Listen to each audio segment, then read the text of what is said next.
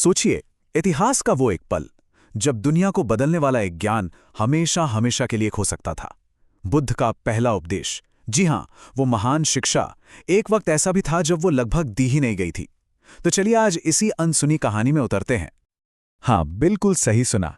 मतलब जरा सोचिए, क्या होता अगर दुखों को खत्म करने का जो रास्ता है, जो ज्ञान है, वो खोज तो लिया जाता, पर फिर उसे राज ही रखा जाता।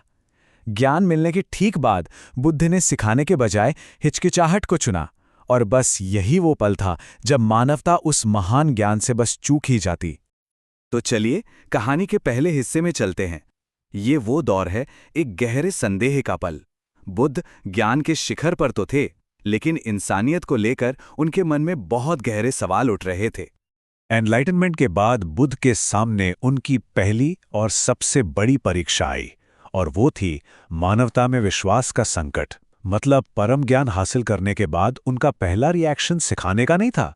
उन्हें लगा कि ये दुनिया उनके इस गहरे ज्ञान को समझने के लिए बिल्कुल तैयार ही नहीं है। ये उनके लिए एक बहुत बड़ी दुविधा थी। और ये बात खुद बुद्ध के शब्दों में साफ झलकती है। उन्होंने सोचा, मैंने इस रास्ते को पा लिया है जो बहुत गहरा है और समझना भी मुश्किल है। इंसान तो अपनी इच्छाओं में, अपनी आसक्तियों में ही डूबा हुआ है। तो मैं अब दुनिया को वो क्यों बताऊं जिसे मैंने इतनी मुश्किल से हासिल किया है। इन शब्दों से उनकी निराशा का अंदाजा लगाया जा सकता है ना। तो मतलब साफ था, उनका मानना था कि उनका सिद्धांत, उनकी जो टीचिंग थी, वो इस दुनिया के लिए बहुत बहुत ज्यादा सूक्ष्म है। दुनिया तो बस अपनी इच्छाओं और मोहमाया में डूबी है। उन्हें डर था कि उनकी मेहनत बेकार चली जाएगी और सिखाना उनके लिए सिर्फ एक परेशानी का सबब बनेगा। और बस यही वो सोच थी जिसके कारण ये सारा ज्ञान हमेशा के लिए खो सकता था। लेकिन फिर कहानी में एक जबरदस्त मोड़ आता है, एक ऐसा दिव्य हस्तक्षेप जिसने इतिहास की धारा ही बदल दी। ये था ब्रह्मा का निवेदन। कहते हैं कि दुनिया के संकट को देखकर देवता ब्रह्मा सहमपति स्वर्ग से नीचे उतरे। जब उन्होंने देखा कि बुद्ध अपनी शिक्षाओं को दुनिया के साथ नहीं बांटने का मन बना चुके हैं, तो उन्हें हालात की गंभीरता का एहसास हो गया। उन्हें लगा कि अगर ऐसा हुआ तो दुनिया तो विनाश की तरफ चली जाएगी, और इसीलिए उन्होंने सीधे दखल देने का फैसला किया। और उन्होंने बुद्ध से एक बहुत ही भावुक अपील की। उन्होंने कहा, भगवान, अपना धम्म प्रचार करें, दुनिया का नाश हो रहा है। लेकिन कुछ ऐसे भी लोग हैं जिनकी आंखों पर ज्यादा धूल नहीं जमी है। वो लोग धम्म को जरूर समझेंगे।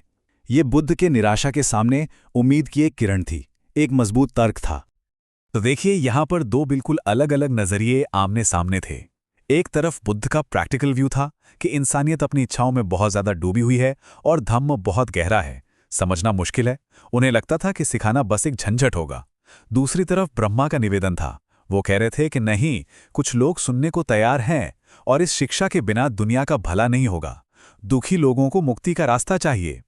ये दुनिया के भविष्य के लिए एक बहुत ही जरूरी बहस थी। और ब्रह्मा की दलील काम कर गई। उनकी बात मानकर बुद्ध ने आखिरकार अमरता के द्वार खोलने और सिखाने का फैसला किया। ये एक ऐतिहासिक पल था जिसने सच में दुनिया को ही बदल दिया। तो ठीक है, वो आंतरिक संघर्ष खत्म हुआ और बुद्ध अब सिखाने के लिए तैयार थे। तो अब सवाल ये उठता है कि उन्होंने सिखाया क्या?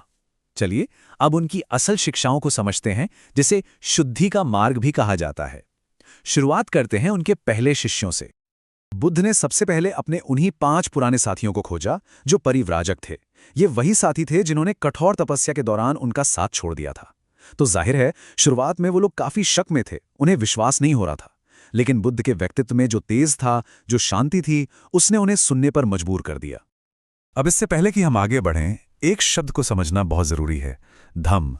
ये बुद्ध की मूल शिक्षा का केंद्र है, और ये कोई दिव्य रहस्योद्घाटन या कोई धर्म नहीं है, बल्कि ये धार्मिकता का एक सार्वभौमिक नियम है। दुखों को खत्म करने का एक रास्ता है, एक ऐसा रास्ता जिस पर कोई भी चल सकता है। तो बुद्ध ने अपना पहला उपदेश यहीं से शुरू किया। उन्होंने कहा कि देखो, 2 तरह के रास्तों से बचना है, 2 एक्सट्रीम्स से। पहला है सुख और भोग विलास का रास्ता, मतलब पूरी तरह दुनियादारी में डूब जाना। और दूसरा है आत्मपीड़ा और कठोर तपस्या का रास्ता, यानी शरीर को जरूरत से ज्यादा कष्ट देना। उन्होंने इन दोनों के बीच का रास्ता सुझाया, जिसे कहते हैं मध्यम मार्ग। तो ये मध्यम मार्ग आखिर है क्या? इसे पाने के लिए बुद्ध ने बहुत ही प्रैक्टिकल 8 कदम बताए। जिसे हम अष्टांगिक मार्ग के नाम से जानते हैं। ये है अष्टांग मार्ग या 8 फोल्ड पाथ। इसमें 8 बातें हैं। सम्यक दृष्टि मतलब सही नजरिया, सम्यक संकल्प यानी सही इरादा, सम्यक वाणी सही बोल, सम्यक कर्म सही काम, सम्यक आजीविका सही रोजगार, सम्यक प्रयास सही कोशिश, सम्यक स्मृति सही जागरूकता और सम्यक समाधि यानी सही एकाग्रता। ये सिर्फ नियम नहीं है, बल्कि ये ज्ञान पाने के लिए एक साफ सुथरा एक्शन लेने लायक गाइड है। इसमें जीवन के हर पहलू को शामिल किया गया है ताकि मन को पूरी तरह से शुद्ध किया जा सके। और हाँ, ये समझना बहुत जरूरी है कि ये कोई कमांडमेंट्स या आज्ञाओं का सेट नहीं था। ये तो आत्मविकास मतलब सेल्फ डेवलपमेंट और मन की शुद्धि के लिए एक गाइड था, एक ऐसा रास्ता जो इंसान को अंदर से बदलता है। तो अब ये तो साफ है कि बुद्ध की ये शिक्षा उस समय के हिसाब से बिल्कुल क्रांतिकारी थी। तो चलिए अब इस नए तरह के विश्वास की बात करते हैं, वो चीज जिसने उनके पहले सुनने वालों को सबसे ज्यादा हैरान और प्रभावित किया। देखिए, उस समय का जो पुराना तरीका था उसमें मोक्ष के लिए देवताओं, उनकी कृपा और पूजा पाठ पर निर्भर रहना पड़ता था। आत्मा में विश्वास होता था और उद्धार के लिए प्रार्थना की जाती थी। लेकिन बुद्ध ने एक बिल्कुल नया तरीका बताया। उन्होंने कहा कि मोक्ष किसी और से नहीं बल्कि अपने खुद के प्रयासों से मिलता है, मन की पवित्रता और सही आचरण से मिलता है। उन्होंने प्रार्थना और उद्धारकर्ताओं पर निर्भरता की जगह तर्क और नैतिकता पर जोर दिया। ये एक बहुत बड़ा, एक क्रांतिकारी बदलाव था।